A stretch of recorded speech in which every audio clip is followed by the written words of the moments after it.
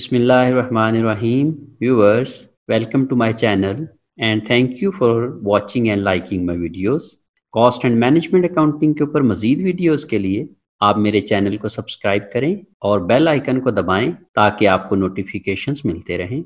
आज हम लोग डायरेक्ट लेबर बजट के ऊपर बात करेंगे और ये देखेंगे कि एमएस एक्सेल को यूज करके डायरेक्ट लेबर बजट किस तरीके से बनाया जाता है। डायरेक्ट लेबर बजट को सीखने के लिए आप मेरी वीडियो आखिर तक देखें और लाइक करना ना भूलें। आए डिस्कशन स्टार्ट करते हैं।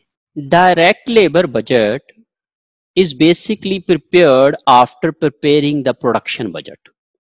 Our direct labor budget is prepared on the basis of production budget.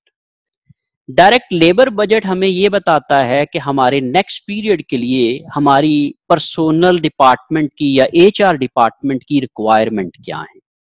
क्या हमें मजीद हायरिंग करने की जरूरत है या फिर हमें अपने करंट एम्प्लॉइज की कोई रीपोजिशनिंग तो नहीं करना पड़ेगी।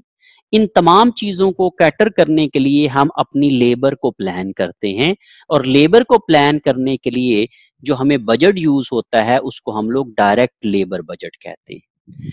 डायरेक्ट लेबर बजट बेसिकली इसलिए बनाया जाता है ताकि एक कंपनी या ऑर्गेनाइजेशन जो है वो अपनी इमरजेंसी हायरिंग को, लेबर शॉर्टेज को कंट्रोल कर सके, अवॉइड कर सके और अपनी जो ऑर्गेनाइजेशन के अंदर जो ले ऑफ वर्कर्स हैं उनको एलिमिनेट कर सके या रिड्यूस कर सके।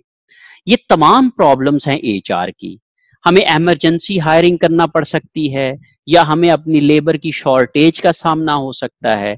तो लेबर बजट बनाते हुए चूंकि हम ये एडवांस में सारी चीजें सोच लेते हैं, उसको कैलकुलेट कर लेते हैं, तो हमें इन कॉन्टीजेंसीज को कवर करने के लिए, इन प्रॉब्लम्स को कवर करने के लिए जो है वो हमारे पास इंफॉर्मेशन होती है और हम उसको टाइमली जो है वो असेस कर लेते हैं due to preparing our direct labour budget. Direct labour budget अगर हम नहीं बनाएंगे तो ये तमाम प्रॉब्लम्स जो हैं वो हमें कवर करने में प्रॉब्लम होगी। अब नॉर्मली जो फर्म्स होती हैं वो अपने जो लेबर बजट बनाते हैं वो हर एक लेबर कैटेगरी के लिए अलग अलग बनाते हैं। If they have skilled workers तो उनके लिए वो अलग से बजट बनाएंगे। If they have unskilled workers तो उनके लिए अलग से बजट बनाएंगे।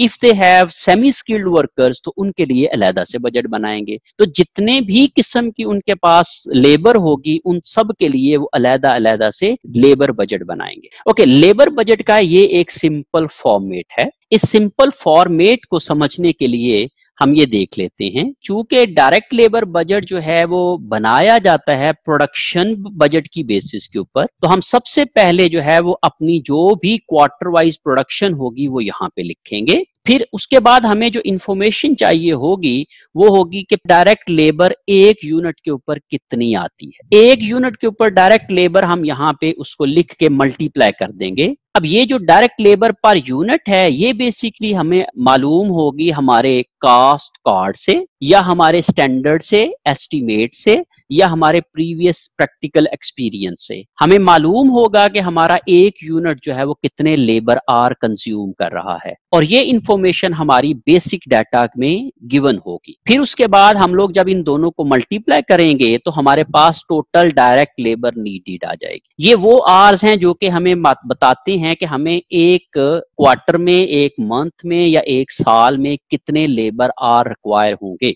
फिर हम लोग उन पर लेबर आवर की जो कॉस्ट होगी, वेज रेट होगा, उसके साथ इसको मल्टीप्लाई करेंगे तो हमारी डायरेक्ट लेबर कॉस्ट आ जाएगी। ये जो वेज रेट है ये हमें स्टैंडर्ड कॉस्ट कार्ड से मिल जाएगा या हमारा प्रीवियस एक्सपीरियंस होगा या करंट मार्केट रेट होगा। इन तमाम चीजों की बेसिस के ऊपर हम लोग ये वाला रेट लिखेंगे। जब हम इनको मल्टीप्लाई करेंगे तो हमारे पास जो है वो टोटल लेबर कॉस्ट आ जाएगी। इसको हम क्वार्टरली कैलकुलेट कर लेंगे, सम कर लेंगे और फिर उसके बाद हम ईयरली इसको टोटल करके लिख लेंगे। इस तरीके से हम ये कह सकते हैं कि हमारे पास पहले क्वार्टर में इतनी लेबर कॉस्ट आएगी, फिर सेकंड क्वार्टर में इतनी लेबर कॉस्ट आएगी, थर्ड में इतनी होगी, फोर्थ में इतनी होगी। होप सो कि आप डायरेक्ट लेबर बजट को समझ के होंगे। मेरी वीडियो को लाइक कीजिए और मेरे चैनल को सब्सक्राइब करें। Thank you.